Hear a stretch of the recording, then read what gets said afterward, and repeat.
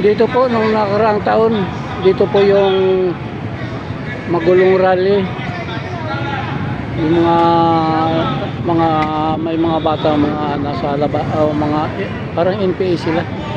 Dito sila tinitirgas ng mga pulis dati. Kaya magulo itong lugar na ito nung panahon na yon.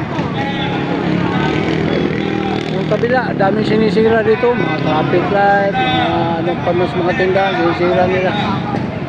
Ayun, medyo peaceful dahil parang okay naman yung rally. Puro maisog ito. Duterte, maisog. Ito lahat.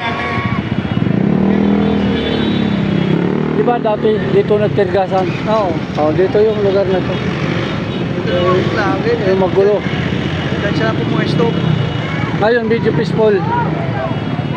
Yung mga tao, gusto talaga nilang mag-resign na si Marcos. Hindi na kaya sa mga nangyari ngayon. Iba talaga.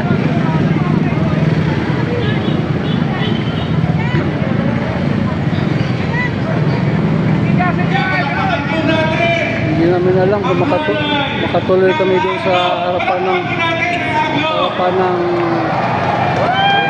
Malacanang.